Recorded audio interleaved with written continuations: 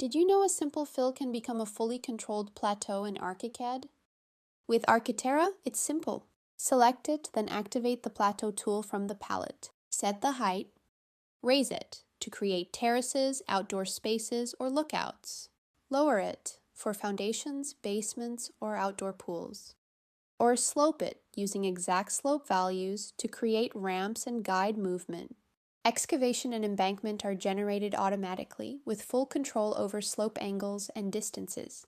And while you design, your calculations keep up. Run the Calculate tool and Architerra generates cut and fill quantities, available directly in the component list in Archicad's Navigator. Have you tried placing a wall on a slope before and it just wouldn't follow the terrain?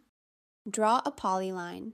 Activate the Architerra wall tool and generate walls, fences, or guardrails that follow the slope automatically.